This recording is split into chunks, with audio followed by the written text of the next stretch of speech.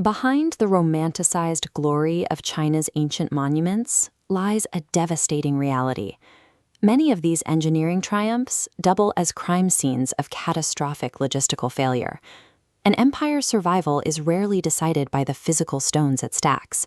It is dictated by the invisible mathematics required to maintain them, the grueling human logistics of feeding and moving hundreds of thousands of people.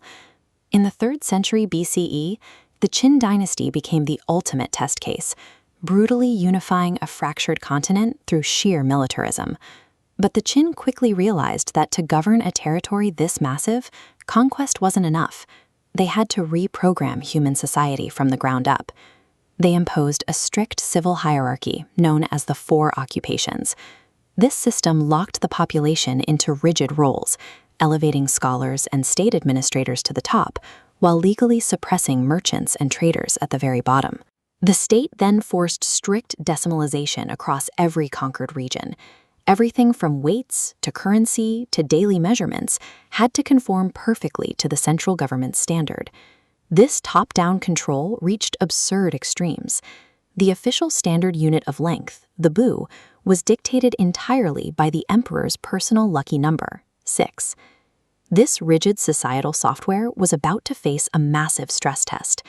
The Qin initiated a sprawling project to seal off their northern border against nomadic tribes, the earliest iteration of the Great Wall.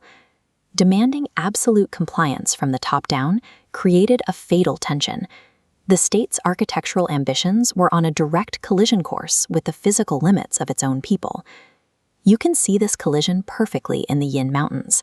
This specific stretch of the Qin Wall serves as a masterclass in imperial logistical failure. To build just this section, the raw labor cost was staggering. It required 5.5 million person-days of grueling physical work. This map illustrates the core geographical problem. The northern frontier was completely arid, meaning no food could be grown on site. The state was forced to transport grain from the agricultural heartland hundreds of miles away across unforgiving terrain. The attrition rate on this supply line was catastrophic.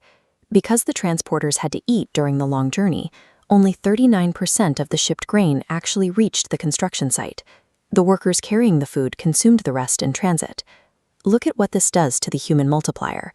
To feed a frontier army of just 26,000 wall builders, the state had to mobilize nearly 327,000 transport workers. This logistical drain crushed the lower tiers of society. Farmers and artisans were continuously ripped from their fields and workshops, drafted into an endless, fatal labor loop to keep the border supplied. Eventually, up to 67% of the empire's entire population was mobilized for state projects. The system was extracting far more energy than it could generate. This mathematical overload triggered the swift, inevitable collapse of the Qin Dynasty. The Han Dynasty inherited this broken machinery. They quickly recognized that brute force extraction was a dead end. They optimized their wall-building strategy by focusing construction on frontiers that were already populated and cultivated. This simple geographic shift eliminated the devastating math of long-distance grain transport. But their real breakthrough was strategic. Instead of simply building walls to block external threats, the Han dispatched envoys to reach out, forging active diplomatic alliances with neighboring states. This diplomacy was followed by a focused military push to secure the Hexi corridor. By fortifying this specific passage, they created a safe route through the harsh geography, laying the physical foundation for the Silk Road. The strategy worked. By prioritizing external expansion over internal extraction, the Han Dynasty secured a survival timeline that outlasted the Qin by nearly 400 years. Centuries later, the Tang Dynasty reaped the rewards of this pivot. As the Silk Road fully matured, the sudden influx of foreign wealth and culture overran the empire's old, rigid social boundaries. The strict hierarchy of the old four occupations began to dissolve. Merchants, once legally suppressed at the bottom of society, subverted the system by becoming the wealthy lifeblood of a sprawling international trade network. Even soldiers, a group traditionally unclassified and socially disdained by scholars, became essential. Their specialized skills were necessary to secure these lucrative and highly vulnerable caravan routes. This trade explosion climaxed in the capital city of Chang'an.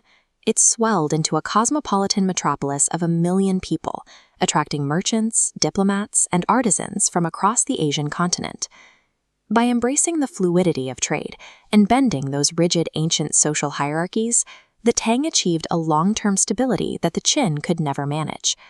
The massive stone megastructures of ancient China still stand today as permanent physical ledgers of an immense human cost.